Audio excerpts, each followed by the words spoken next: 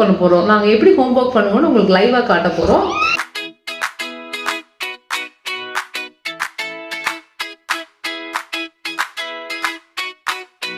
Hello, welcome back to my YouTube channel. காவியாவே homework பண்ண போகிறோம். நாங்கள் எப்படி ஹோம்ஒர்க் பண்ணுவோம்னு உங்களுக்கு லைவாக காட்ட போகிறோம். அம்மா எப்படி அம்மா ஜாலி மாமா, அம்மா ஸ்ட்ரிக்ட் அம்மாவா? கொஞ்ச நேரத்துல ஸ்ட்ரிக்ட். இன்னைக்கு நான் அம்மா கிட்ட ஆக்சுவலி சொன்னேன், அம்மா ப்ளீஸ் எனக்கு ஜாலியா படிக்கலாமா, டெய்லியும் அம்மா அடிச்சு டெய்லி அடிக்கலாம், சரியா படிக்கலாம் அப்படி 4 தட்டு தட்டுறதுதான்.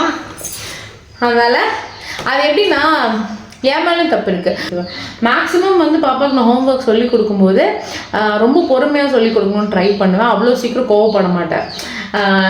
2-3 வாட்டினாலும் பொறுமையாக சொல்லி கொடுப்பேன். அதுக்கப்புறம் இவளும் வந்து ரொம்ப ஈஸியாக வந்து அண்டர்ஸ்டாண்ட் பண்ணிக்குவா, புரிஞ்சுக்குவா.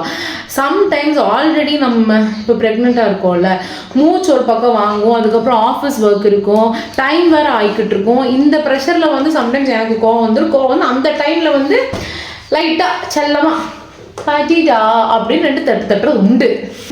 அம்மாவுக்கு நிறைய ஃபோன் கால்ஸ் வரும், ஃப்ரெண்ட்ஸ் கூட பேச ஆரம்பிச்சிருவாங்க. அப்படிலாம் இல்லைங்க, ரீல்ஸ் பாப்பாங்க. ரீல்ஸ் பாப்பனா ஹோம்வொர்க் பண்ணி கொடுக்கும்போது என்ன எடிட்டர்ல எடிட் பண்ணுவேன், எடிட் பண்ணுவேன், ஹோம்வொர்க் சொல்லிட்டு வீடியோ எடிட் பண்ணுவேன். அது நாய்ஸா இருக்குல்ல, அப்புறம் எப்படி எனக்கு வண்டியில ஏறும்? அதான் எம்எல்ஏ தப்பு இருக்குதா. ஆனா என்கிட்ட எல்லா டிமிக்கி வேலையும் நடக்கும். அவங்க அப்பா கிட்ட ஹோம்ஒர்க் பண்ண உட்கார்ந்தானா சிரிப்பு இருக்காது, சத்தம் இருக்காது, கப்பு வச்சுக்கும் உட்காந்து படப்படப்படன்னு ஹோம்ஒர்க் பண்ணுவாங்க. என்கிட்ட மட்டும் இல்லாத டிமிக்கி, அம்மா பாத்ரூம், அம்மா 2 பாத்ரூம், அம்மா இடுப்பு வலிக்குது, அம்மா நான் தூங்குறேன், என்னென்ன பண்ண முடியுமோ என்கிட்ட பண்ணுவாங்க. சரி, ஓகே, எனக்கு லைவா பார்ப்போம் நம்ம எப்படி ஹோம்ஒர்க் பண்ண போறோம்னு. இன்னைக்கு வந்துட்டு 4 ஹோம்ஒர்க் இருக்குது. இங்கிலீஷ், மேக்ஸ், இவிஎஸ், தமிழ், இலக்கணம். ஃபர்ஸ்ட் தமிழ் எடுத்துடலாமா இல்ல வேற போலாம்?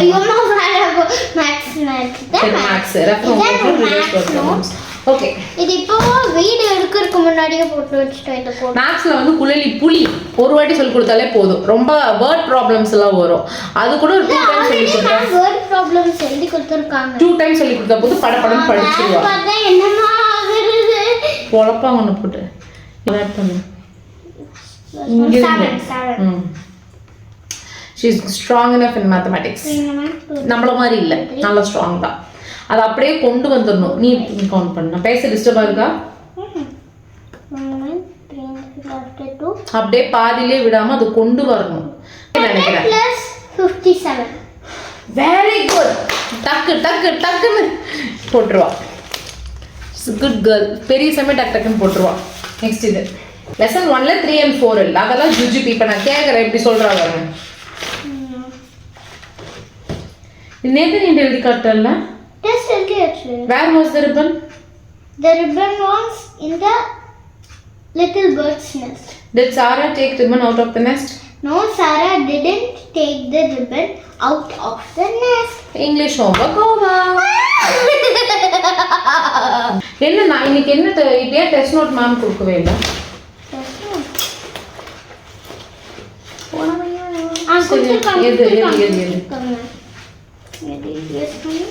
பார்த்துக்கலாம். இப்போ இவிஎஸ்ல லெசன் 1 கொஸ்டின் ஆன்சர்ஸ் லேர்ன். இது ஈஸி தாங்க. லெசன் 1 எனக்கு எழுதி காட்டணும், ஏன்னா நேற்று நீ எனக்கு எழுதி காட்டல இல்லை. ஓகே, அது ஆல்ரெடி படிச்சது தானே, எழுதி காட்டி 4 questions ஃபுல்லாக படி. I will ask the spellings now and you have to right and show. But this is நான் இப்போ நான் உன்னை இங்கிலீஷ் எழுத வச்சேனா? வேண்டான்னு சொல்லிட்டு சத்தம் பண்ணாத. இங்கிலீஷ் அம்மா வேண்டான்னு சொல்லிட்டேன்ல. நீதான் சூப்பர் கேர்ள் ஆச்சே. But take once look at the spellings. So pamper பண்ணிகிட்டே இருக்க வேண்டியதாக இருக்குது. அந்த காலத்துலலாம் சொல்லி கொடுக்கலன்னா அடி தான், தம்சம் தான், ஐ மீன் படிக்கலன்னா. பட் இப்போ வந்து இப்போ இருக்கிற கிட்ஸுக்கு வந்துட்டு பேம்பர் பண்ண வேண்டியதாக, நீ சூப்பர் கேர்ள் அப்படி என்கரேஜ் பண்ண வேண்டியதாக இருக்குது. But that is good only, நல்லது தான். ஆனாலும் வந்துட்டு ரொம்ப என்கரேஜ் பண்ணி ஸ்பாயில் பண்ணிடுவோமோன்னு எனக்கு ஒரு பக்கம் பயமாக இருக்குது. பட் ஓகே, எக்ஸாம்பிள் இப்போ ஆளை காணோம். ஏன்னு சொல்லுங்கன்னா பாத்ரூம் போயிட்டா.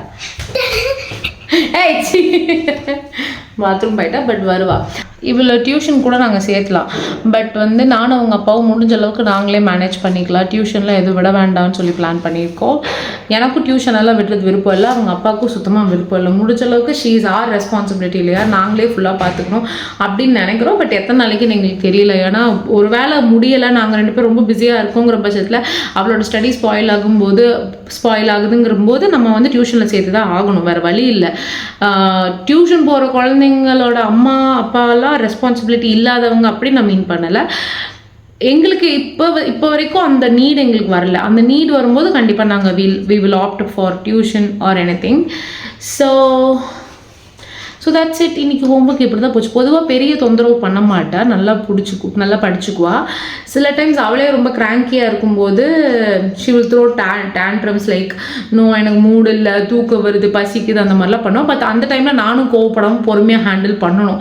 நானே ரொம்ப ப்ரெஷரைஸாக இருக்கிறதுனால பிரச்சனை தான். நானும் கற்றுவேன், அவளும் நைம்பா அன்றைக்கி படித்த மாதிரி தான். ஸோ திஸ் இஸ் ஹவ் எங்கள் ஹோம்ஒர்க் செஷன்ஸ் எல்லாம் போகும். சும்மா எனக்கு காட்டணும்னு தோணுச்சு, நாங்கள் எப்படி எங்கள் ஹோம்ஒர்க் செஷன் எப்படி போகும் அப்படி சொல்லிட்டு உங்களுக்கு காட்டணும்னு தோணுச்சு. அண்ட் எப்போவுமே வந்துட்டு நானே ஃபுல்லாக ஹோம்ஒர்க் சொல்லிக் கொடுக்க மாட்டேன். நான் ஃப்ரீயாக இருக்கேன்னா நான் சொல்லிக் கொடுப்பேன். அவங்க அப்பா ஃப்ரீயாக இருக்காருன்னா கண்டிப்பாக அவங்க அப்பா தான் சொல்லிக் கொடுப்பாரு. அது வந்து நீ சொல்லிக் கொடு நான் சொல்லிக் கொடு எனக்கு அவருக்குள்ள சண்டை கூட இருக்காது. அவர் ஃப்ரீயாக இருக்காரு, அவர் எதுவும் வேலையாக இல்லைன்னா அவரே டக்குன்னு நோட்டு வா படிக்கலாம்னு உட்கார வச்சுருவார். நான் ஃப்ரீயாக இருக்கேன்னா சரிவா நம்ம படிக்கலாம் அப்படின்னு உட்கார வச்சு இன்னொருத்தர் பேசாமல் விட்டுருவோம். அவளுக்கு வந்துட்டு என் கூட பண்ணுறது பிடிக்கும். அவங்க அப்பா கூட படிக்கிறத விட என் கூட படிக்கிறது பிடிக்குமா? யார் கூட படிக்கிறது பிடிக்கும்? என் கூட பண்ணுறது பிடிக்கும் நான் சொல்லிட்டுருக்கேன். அவள் அப்பா கூடங்கிறா. அவங்க அப்பா வந்து டிவி பார்த்தே படிக்க வைப்பார். ஏன்னா அவங்க அப்பா டிவி பார்த்தே இவளுக்கு சொல்லி கொடுப்பாரு. நான் வந்து அப்படிலாம் பண்ண மாட்டேன். ஃபோன் எனக்கு எடிட் பண்ணுற வேலை இருக்குது.